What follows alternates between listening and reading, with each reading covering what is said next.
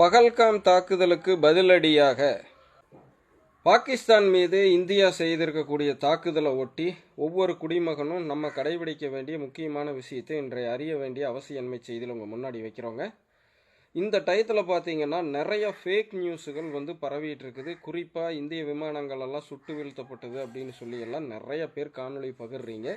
அது தொடர்பாகவும் நம்மக்கிட்ட கேள்விகள் வைக்கிறீங்க. தயவு செய்து உங்களுக்கு ஏதாவது அதிகாரப்பூர்வமான தகவல் வேணும் அப்படின்னா பிஐபி ப்ரெஸ் இன்ஃபர்மேஷன் பீரோ அப்படின்னு சொல்லி மத்திய அரசுடைய ட்விட்டர் ஹேண்டில் போய் பாருங்கள்.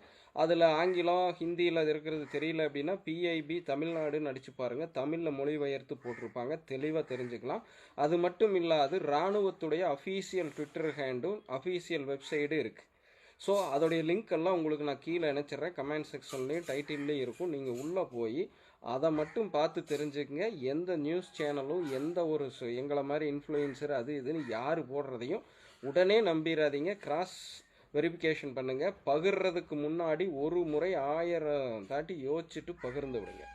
ஸோ இந்த தருணத்தில் நம்ம மற்றவங்களை மாதிரி இந்த காணொலிகள் எல்லாம் எடுத்து வெளியிடாததுக்கு காரணம் என்னென்னா, தெளிவாக நம்ம அதிகாரப்பூர்வமாக செய்தி கிடைச்சதுக்கப்புறம் தான் போடணும். முன்கூட்டியே அது நடந்தது இது நடந்ததுன்னு போட்டு ஏற்கனவே எதிரிகள் செய்கிற சூழ்ச்சியில் நம்ம சிக்கிடக்கூடாது. இங்கே நடக்கக்கூடிய பல பிரச்சனைகளை பெரிதாக்கிடக்கூடாது.